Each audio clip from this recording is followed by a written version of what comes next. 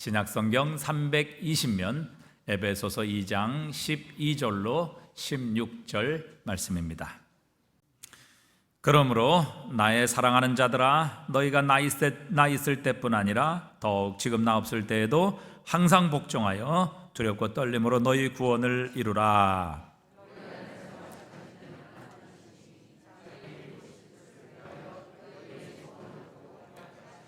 모든 일을 원망과 시비가 없이 하라.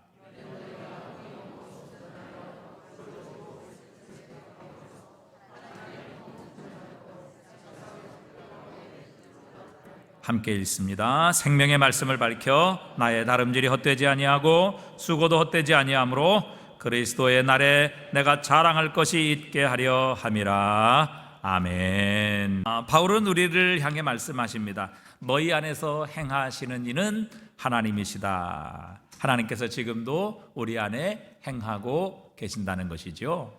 또 우리에게 소원을 주시고 하나님 기쁘신 뜻을 위하여 우리에게 소원을 두시고 행하게 하신다. 우리에게 에너지를 주시고 또 하나님을 향한 소원을 주셔서 그 소원을 이룰 수 있도록 우리에게 힘을 공급하시는 분, 또 에너지와 능력을 공급하셔서 그 하나님의 기쁘신 뜻을 이루어 가도록 우리에게 역사하시는 하나님이시다, 이렇게 말씀하고 계십니다.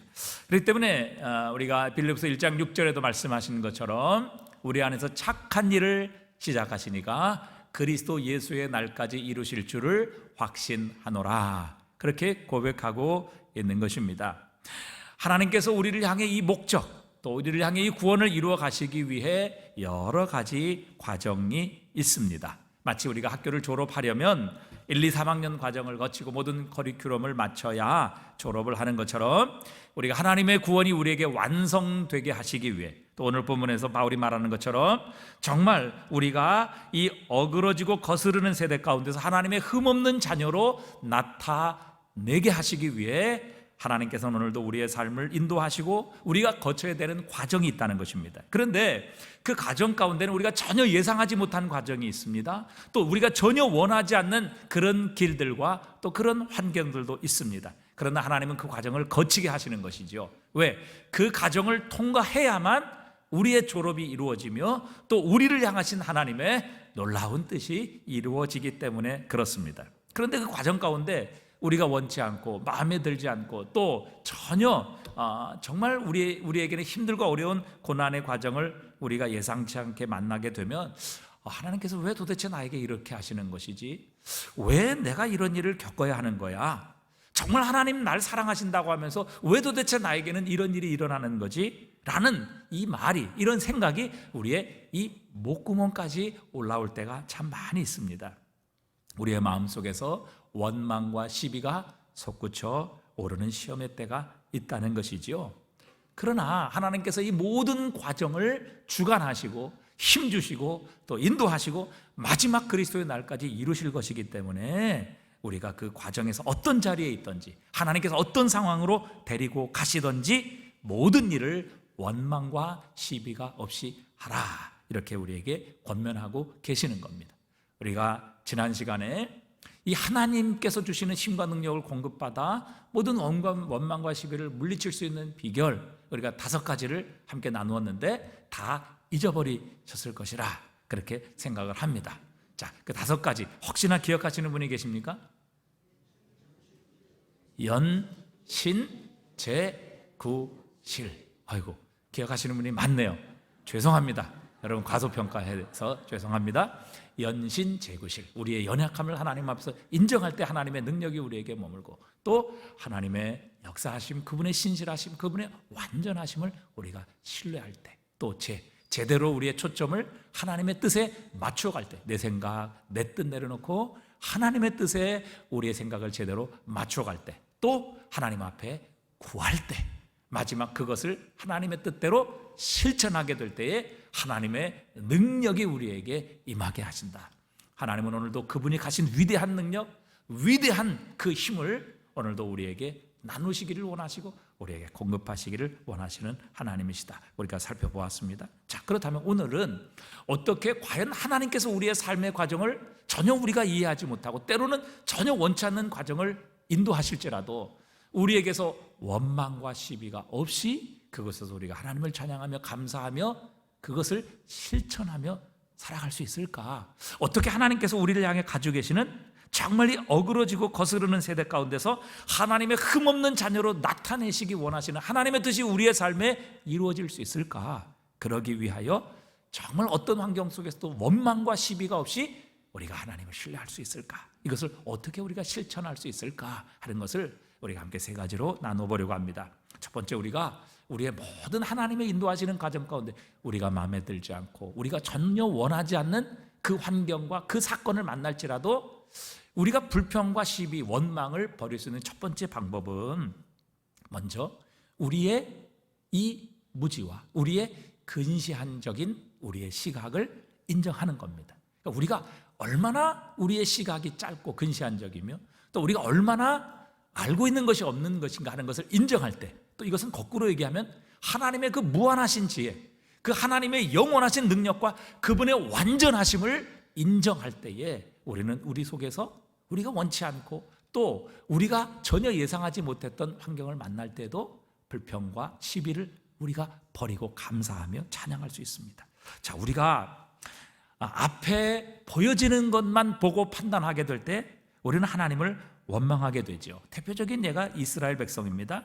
자, 이스라엘 백성들은 정말 하나님께서 그들을 특별히 선택하시고 사랑하셔서 하나님께서 그들 가운데 찾아오시고 하나님의 놀라운 능력과 위대한 권능으로 10가지 재앙을 애굽 백성에게 내리셔서 이스라엘 백성을 구원해 주셨습니다.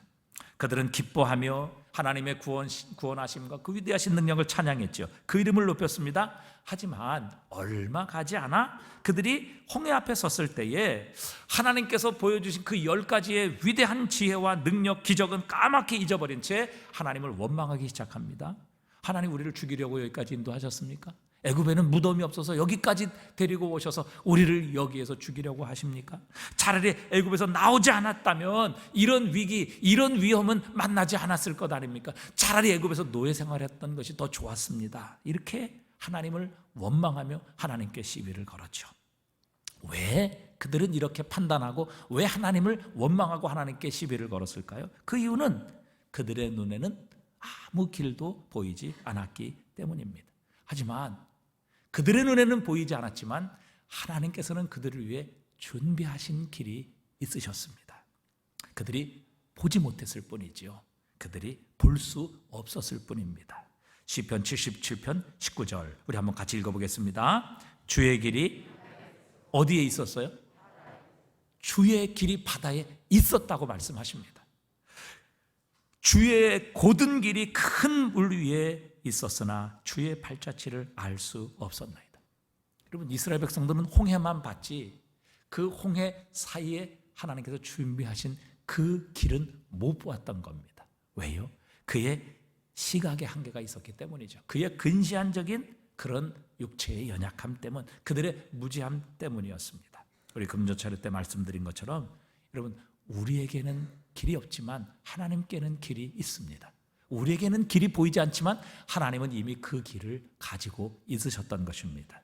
그래서 주의 길이 바다에 있었고 하나님께서는 이미 그 바다의 길을 준비하고 계셨는데 이스라엘 백성들은 그것을 단지 보지 못했을 뿐입니다. 그들이 정말 영적인 안목을 가지고 하나님의 그 위대하신 능력을, 영적인 시각을 가지고 볼 수 있었다면 어쩌면 그 하나님께서 준비하신 바다 가운데 내신 길을 볼 수 있었을지 모릅니다.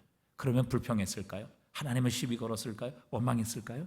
그렇지 않습니다. 여러분, 분명한 사실은 하나님은 길을 가지고 계십니다.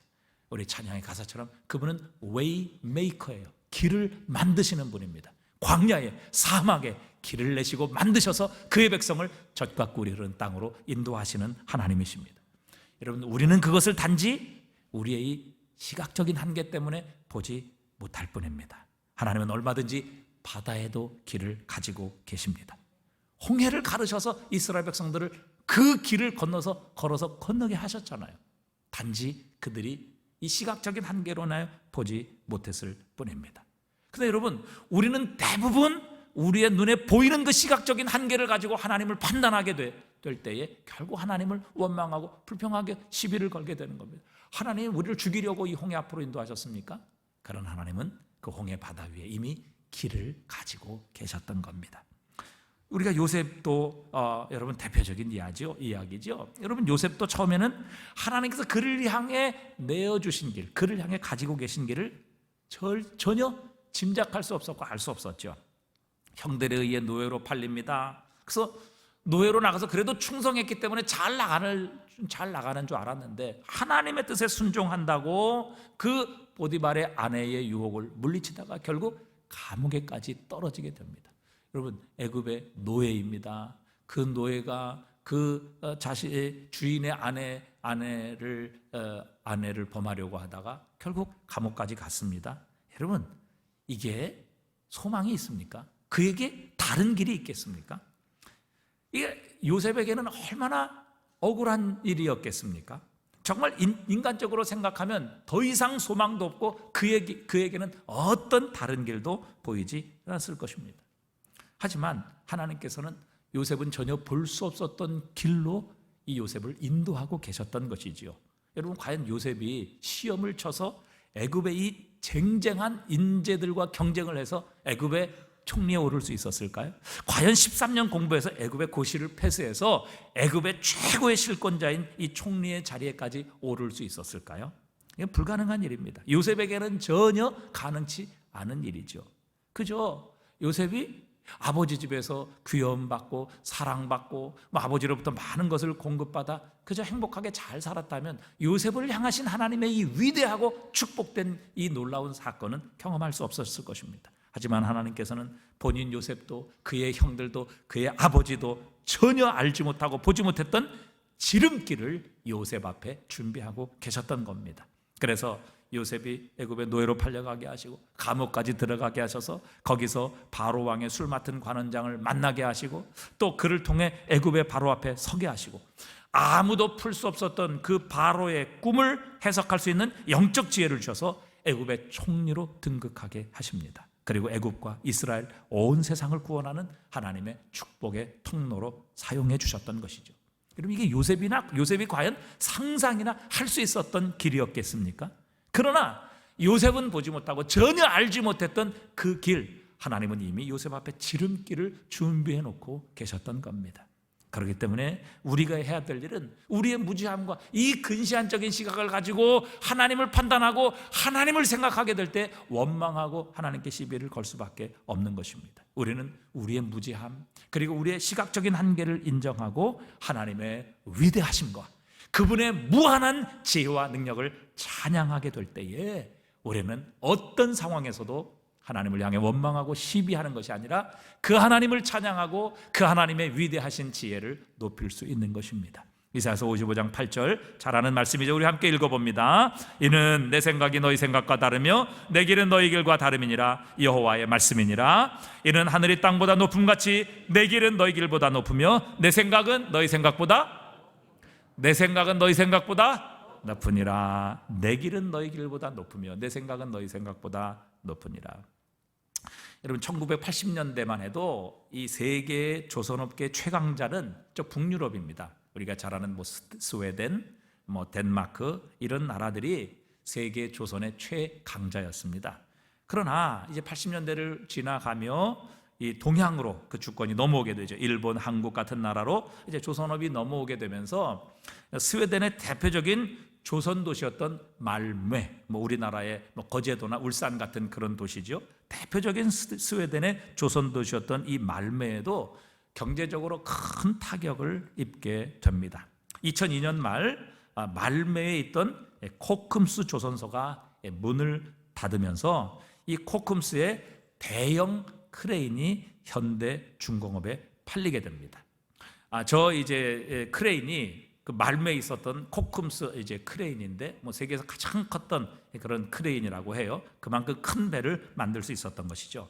그런데 이 코큼스 크레인이 이제 이 말메의 조선업의 이제 불황으로 인하여 현대중공업에 단 1달러에 팔리게 됩니다. 다음 그림도 한번 보여주시죠. 다음 그림. 이제 저게 그 코큼스 조선소에서 옮겨온 말메의 조선소에 있었던 바로 그 크레인입니다. 이제 현대중공업에서 이제 저 그림을 바꿔서 저렇게 이제 칠을 해서 옮겨온 것이죠. 단 1달러에 저 이제 크레인이 팔리게 됩니다. 자, 이제 다음 그림을 보시면 저 그림은 무슨 그림인가 하면 이 코금수 조선소에서 이제 코금수 전소에 서 있었던 그 코금수 크레인임이죠. 저게 이 말메라는 조선소 도시입니다. 저 그림이 뭔가면 이제 저 코금수 크레인이 해체가 되어서 저 배에 실려서 이제 한국의 울산의 현대중공업으로 실려가는 장면입니다. 근데 저 장면을 말매의 시민들이 쳐다보고 있는 거예요.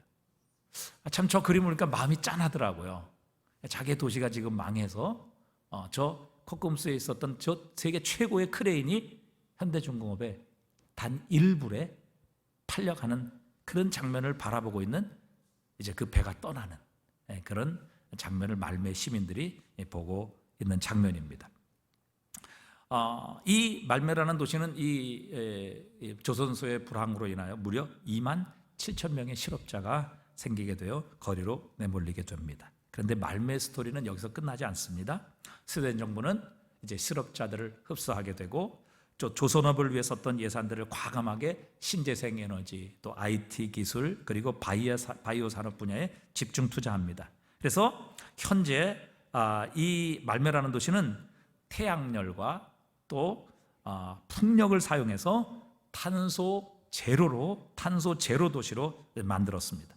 그리고 신재생 에너지로 100% 자급하는 그런 친환경 도시로 거듭나면서 관광객들이 몰려오고 경제가 살아나기 시작했습니다. 또 코금수 대형 크레인이 있던 자리에 2005년도에 북유럽에서 가장 높은 터닝 토르소라는 건물이 지어지게 됩니다. 저 건물을 보시면 저게 약 한 80층 정도 되는 건물인데 305m 정도 된다고 합니다. 이 북유럽에서 가장 높은 건물이죠.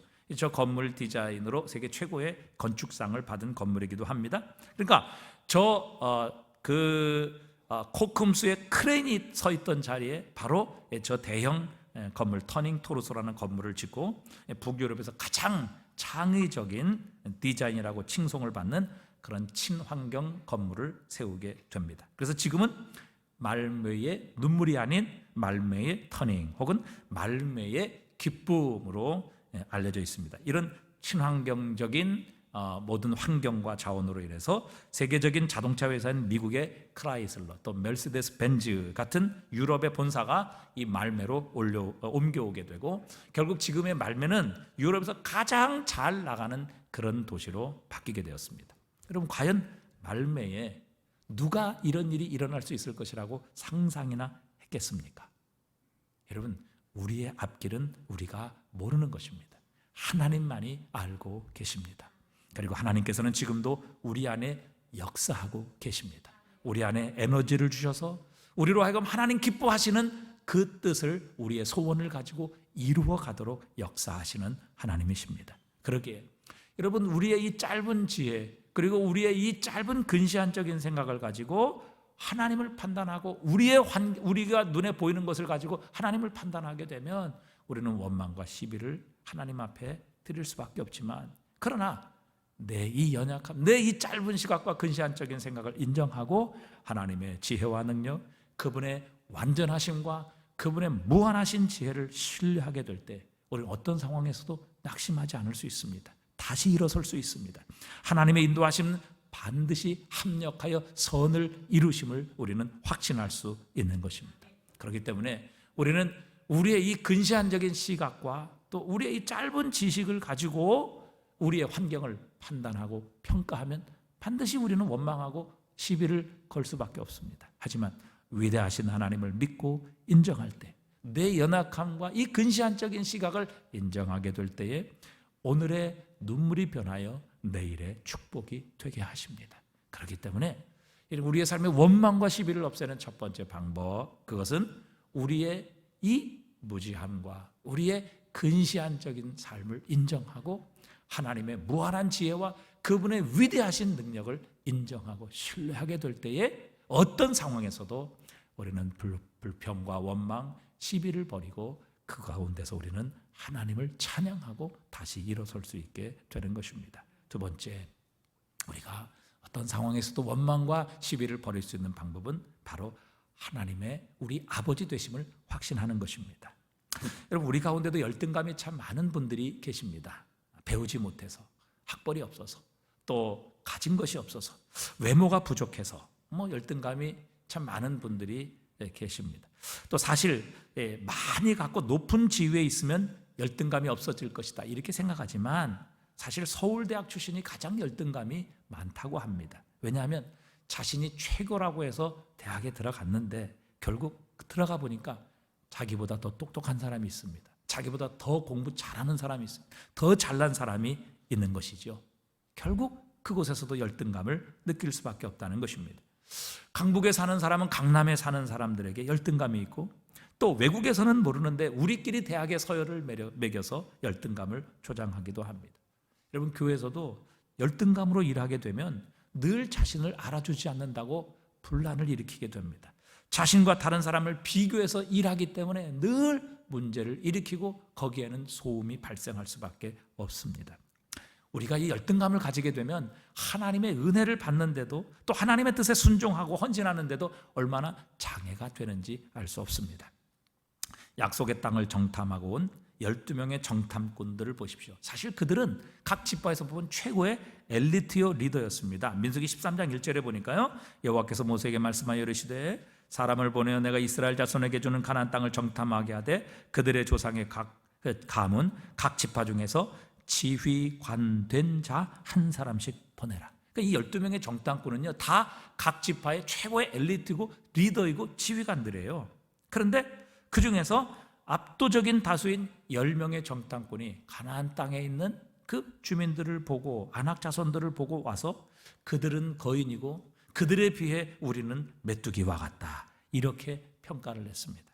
자존감이 얼마나 낮았는지, 자신은 사람도 아니고 그들이 밟으면 밟혀 죽일 수밖에 없는 거인 앞에 메뚜기와 같다 그렇게 자신을 묘사하고 있습니다. 그때부터 그들은 그들이 선포한 대로 메뚜기 마인드로 이 세상을 살아가게 되었습니다. 하나님께서는 그들을 어린 양의 피로 구속하셨습니다. 그들을 보배롭고 존귀하게 여기셔서 하나님의 자녀로 선택하셨습니다.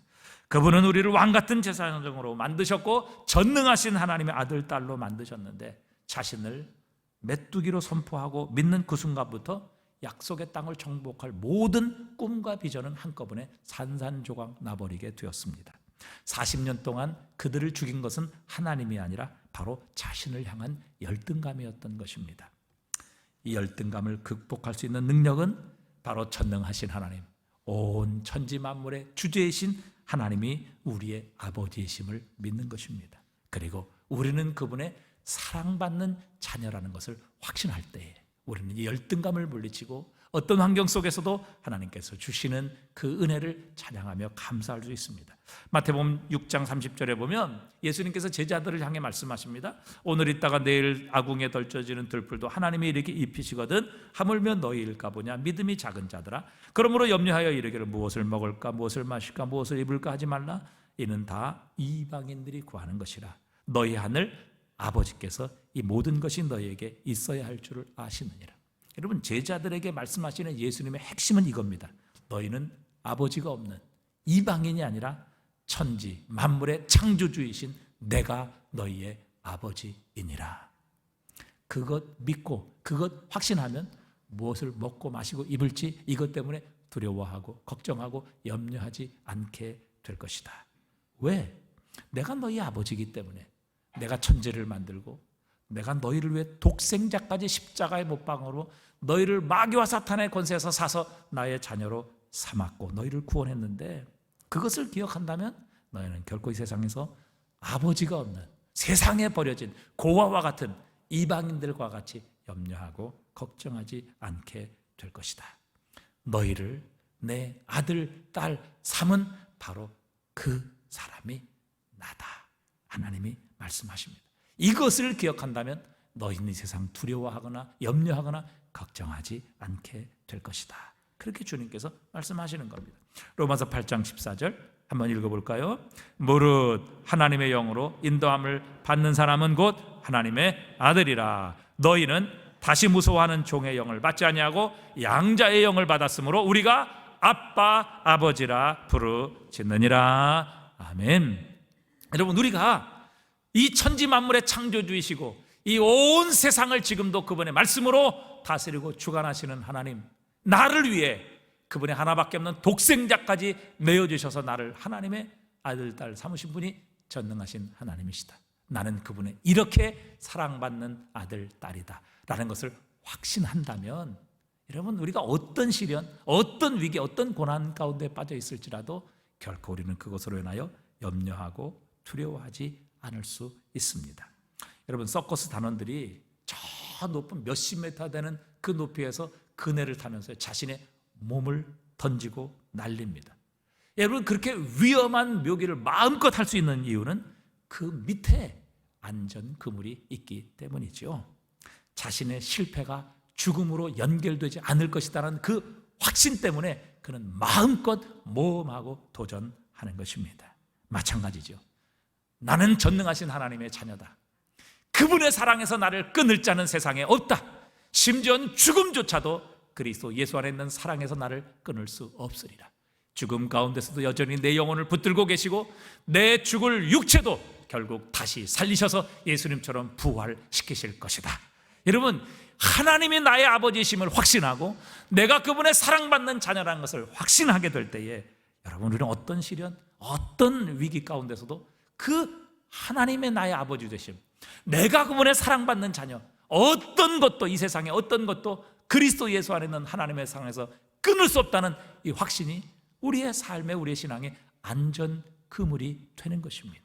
그래서 여러분, 넘어져도 어떤 위기요, 심지어는 죽음 목전에 놓여 있을지라도 우리는 하나님께서 내 아버지가 되시고 그분의 사랑에서 나를 끊을 수 없는 사랑받는 자녀라는 것을 확신하면, 여러분, 어떤 어려움, 어떤 고난, 어떤 위기 환경 가운데서도 우리는 그 안전 그물로 인하여 두려워하지 않을 수 있습니다. 원망하지 않을 수 있습니다. 시비를 걸지 않을 수 있고, 우리는 오히려 그곳에서 우리를 지키시고 끝까지 보호하실 하나님을 찬양하며 그분을 높일 수 있는 것이죠.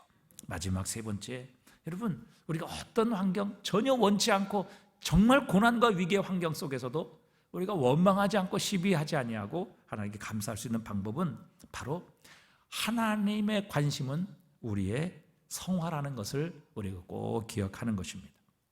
계시록 3장에 보면 하나님께서 7교회를 쭉 나열하시면서 라오디게아 교회를 책망하시는 장면이 나옵니다. 왜 라오디게를 책망하셨느냐? 그 이유는 자신은 부자라 부족한 것이 없다, 부요하여 부족한 것이 없다, 이렇게 그들은 생각을 했던 것입니다.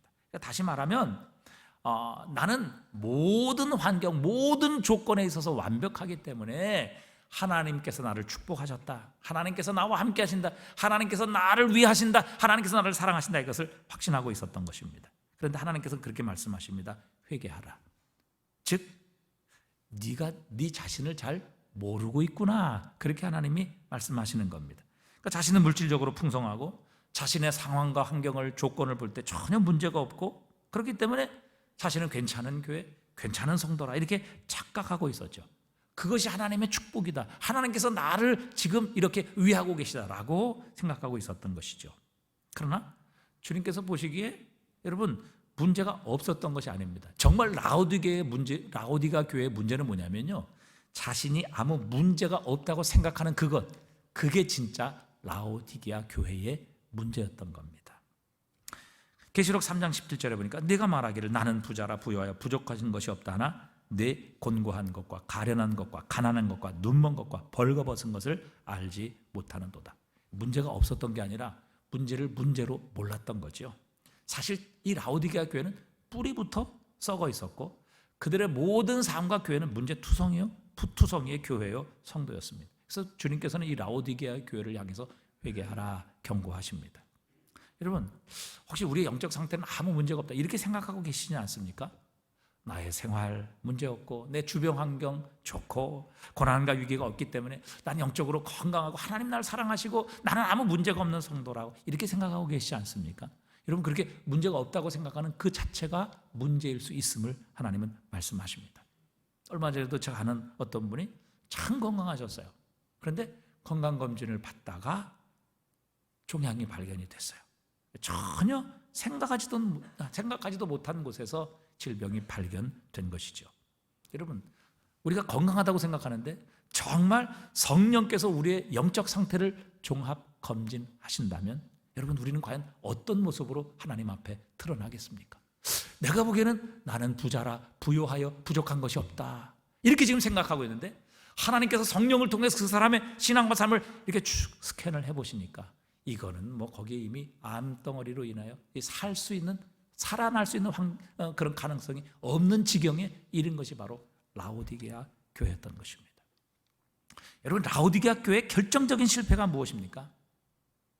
바로 그들의 중심에 살아계신 주님이 계시지 않았던 것입니다. 우리의 삶에, 그들의 삶의 중심에 주님께서 계시지 않았던 것이죠. 자기들은 예수 믿는다고 했습니다. 주님을 섬긴다고 했습니다. 주님을 위해 많은 일을 했습니다. 하나님을 열심히 예배한다고 했지만 사실 그들의 중심에 주님께서 계신 것이 아니라 바로 자기 자신이 그 교회에, 그 자신의 신앙의 삶의 주인이었고 중심에 있었던 것이죠. 그러니까 이 라오디게아 교회는요, 자신을 위해 하나님을 예배한 겁니다. 자신을 위해 봉사했고요, 자신의 유익을 위해 주님을 섬겼던 것이죠. 정작 그 교회의 주인이신, 우리의 생명의 주인이신, 우리의 모든 것이 되신 주님은요, 그들의 심령 바깥에 계셨고요, 그 교회 바깥으로 쫓겨나 계셨던 것입니다. 그리고 주님께서는 그 교회 바깥에서, 그 성도의 바깥에서 그 성도들의 마음의 문을 두드리고 계셨고, 그 라오디게아 교회의 문을 두드리고 계시면서 내가 좀 들어가고 싶다, 내가 바로 이 교회의 주인이며 내가 너희의 심령의 주인이니라, 그렇게 계속해서 지금 밖에 계시면서 라오디게아 교회, 라오디게아 성도들의 문을 두드리고 계셨던 겁니다. 그래서 라오디게아 교회를 향해 주님이 뭐라고 말씀하십니까? 계시록 3장 20절에 볼지어다 내가 문 밖에 서서 두드리노니, 주님 문 밖에 계셨던 거예요. 라오디게아 교회 문 밖에 계셨고요, 그 성도들의 심령 밖에 주님이 계셨던 겁니다. 그래서 문을 두드리시며 누구든지 내 음성을 듣고 문을 열면 내가 그에게로 들어가 그와 더불어 먹고 그는 나와 더불어 먹으리라. 여러분, 혹시 우리 교회는 주님께서 저 문 밖에 계시면서 우리가 주인 노릇하고 우리가 원하는 대로 우리가 하고 싶은 것을 결정하고 선택하며 우리가 이 교회를 운영해 가고 있는 것은 아닙니까? 여러분, 우리의 심령 가운데, 우리의 마음 가운데 주님은 밖에 계시고 내가 원하고 하고 싶은 것 내가 내 마음대로 하고 정말 주님이 필요할 때만 주님 불러서 문 열고 들어오셔서 주님 도와주세요, 해결해 주세요. 그리고 그것이 끝나게 되면 주님 이제 밖으로 나가세요. 문 닫아서 주님 밖에 내보내셔서 주님은 여전히 밖에서 문을 두드리며 우리의 마음의 문을 열어달라고, 이렇게 주님 지금도 내 밖에서 내 마음의 문을 두드리고 계시는 것은 아닌지요. 우리가 이렇게 세상적으로 부요하고 풍성하고 아무 문제 없이 사는 것이 하나님의 목적이 아닙니다. 하나님께서는 우리의 성공에 관심을 가지고 계시는 것이 아니라 우리의 성숙에 관심을 가지고 계십니다. 여러분, 우리가 아무리 세상적으로 성공한다고 해서 그 성공으로 우리는 천국을 갈 수 없습니다. 세상적으로 아무리 우리가 부자가 된다고 해서 우리가 저절로 성숙해지는 것도 아닙니다. 그것으로 하나님을 기쁘시게 할 수 없는 것입니다. 여러분, 하나님께서 왜 우리에게 고난을 주십니까? 왜 시련을 통해 연단하십니까? 그 이유는 바로 우리로 하여금 예수 그리스도를 닮은 하나님의 자녀 만드시기 위함입니다. 예수님처럼 거룩하고 예수님처럼 오직 하나님의 영광을 위해 살고 우리의 헛되고 썩어질 것을 위해 살지 아니하며 예수님처럼 죽기까지 순종하여 최후의 승리 얻게 하시며 우리의 품은 뜻이 주님의 뜻과 같이 되는 삶으로 우리를 성장시켜 가시는 것이 우리를 향한 하나님의 관심이요 하나님의 목적입니다. 이것이 이루어지기까지 주님께서는 우리를 연단하실 겁니다. 우리를 훈련시키실 것입니다. 때로는 우리를 광야로 데리고 가실 것입니다. 때로는 우리가 제일 좋아하고 사랑하는 것 거두어 가시기도 하실 것입니다. 왜냐하면 하나님은 진짜 정말로 우리를 사랑하시기 때문입니다. 하나님께서 진짜 우리에게 축복을 주시기를 원하십니다. 거짓 축복, 거짓 신이 아니라 진짜 신, 진짜 축복을 우리에게 주기를 원하시는 하나님, 그리고 우리에게 영원한 하나님 나라의 주인공 만드시기 위하시기 때문에 하나님은 우리에게 시련도 주시고 우리에게 고난도 허락하시는 겁니다. 여러분, 고난 없이 잘 살고 평안하고 문제없이 살다가 지옥 가는 것이 복입니까? 그것이 하나님께서 사랑하시는 자녀들을 위한 하나님의 뜻입니까? 시편 119편 71절은 이렇게 말씀하십니다. 함께 읽어봅니다. 고난당하는 것이 내게 무엇이라? 고난당하는 것이 유익이라. 이로 말미암아 내가 주의 율례들을 배우게 되었나이다.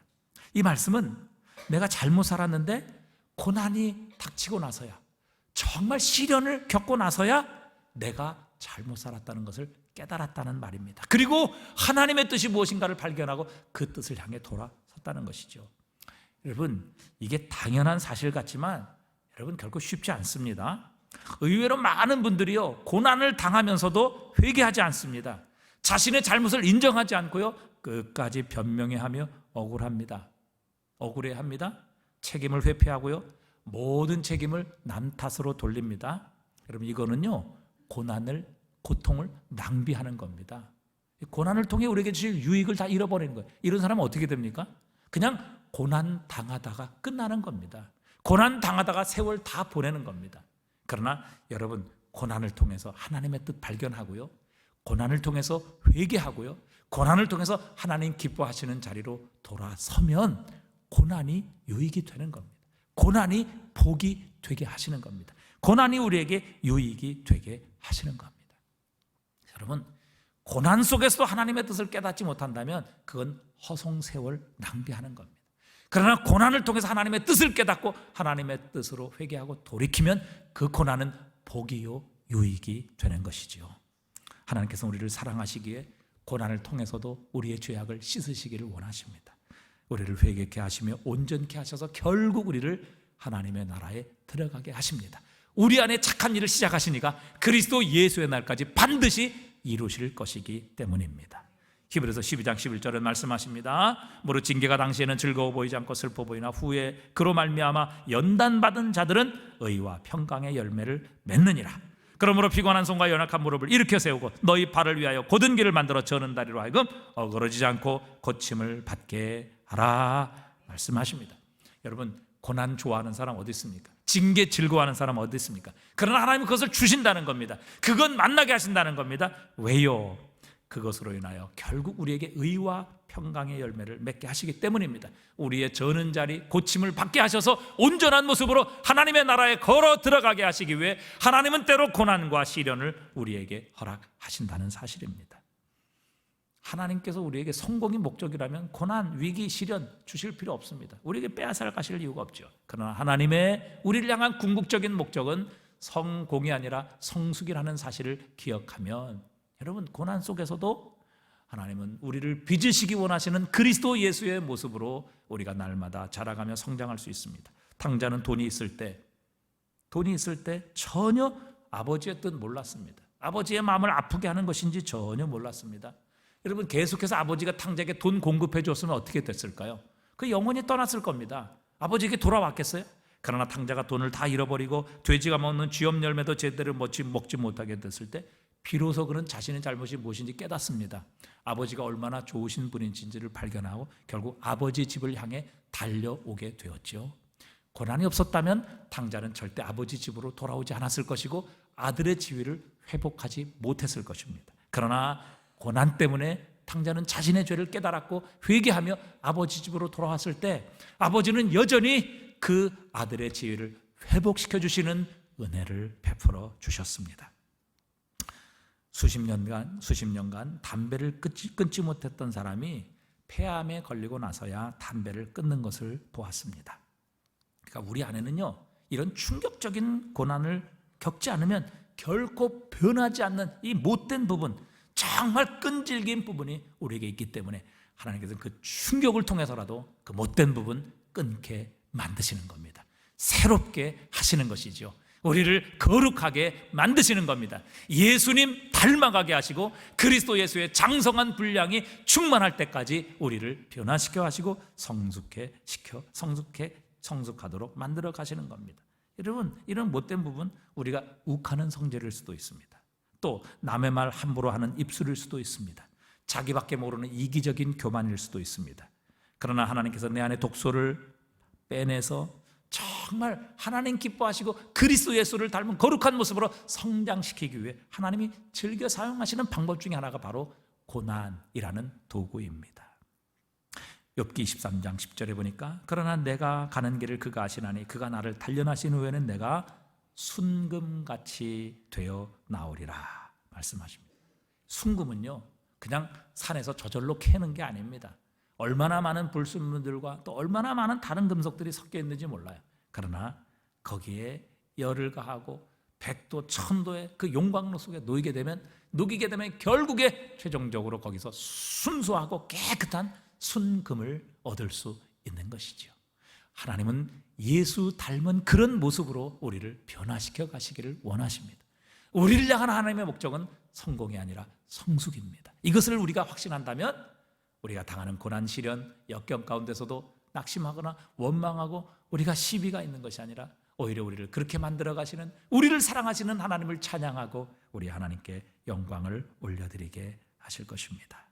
오늘 우리가 어떤 상황에서도 우리를 인도해 가시는, 때로는 우리의 마음에 들지 않고 우리가 원치 않는, 우리가 정말 싫어하는 시련과 고난 속으로 하나님께서 우리를 인도하시는 그 이유, 결국에는 우리가 이 모든 것 속에서 불평과 원망 그리고 시비를 버리고 어떤 상황 속에서도 하나님의 인도하심을 믿고 감사 찬양할 수 있는 방법, 그것을 실천할 수 있는 방법, 첫 번째, 우리의 무지와 우리의 근시안을 인정하고 하나님의 무한한 지혜와 그분의 위대하심, 그분의 완전하심, 그분의 선하심을 인정하고 확신하면 우리가 어떤 상황 가운데서도 하나님께 원망과 시비가 아니라 감사와 찬송을 올려드릴 수 있습니다. 두 번째, 하나님께서 우리의 아버지가 되어주신 것, 그리고 우리가 그분의 사랑받는 아들, 딸이 된 이 한 가지만 확신할지라도 그것이 우리의 인생의 안전그물이 되어 어떤 시련을 만나고 심지어는 죽음 앞에 떨어질지라도 그 죽음 가운데서도 세상의 그 어떤 죽음조차도 그리스도 예수 안에 있는 아버지의 사랑에서 우리를 끊을 수 없다는 이 놀라운 하나님의 확신과 그 하나님의 사랑으로 인하여, 이 안전그물로 인하여 우리는 원망과 시비가 아니라 하나님께 감사와 찬송을 올려드릴 수 있습니다. 마지막 세 번째, 하나님께서 우리를 향해 가지고 계시는 관심과 목표는 성공이 아니라 성숙이라는 사실을 우리가 분명하게 확신할 때 원망과 불평을 버리고 날마다 순간마다 어떤 상황 속에서도 하나님을 찬양하며 하나님을 감사하며 그분을 섬기게 되는 진정 그리스도를 닮은 그런 그리스도인이 되게 하실 것입니다. 오늘 저와 여러분이 이런 하나님의 말씀을 실천함으로 정말 우리에게 원망과 시비를 다 쫓아내고 우리 속에 넘치는 감사와 기쁨과 찬양으로 우리의 아버지가 되시고 우리의 구주가 되시는 하나님과 우리 주 예수 그리스도를 어떤 상황 속에서 감사하며 찬양할 수 있는 그리스도인이 되실 수 있기를 주님의 이름으로 축복합니다.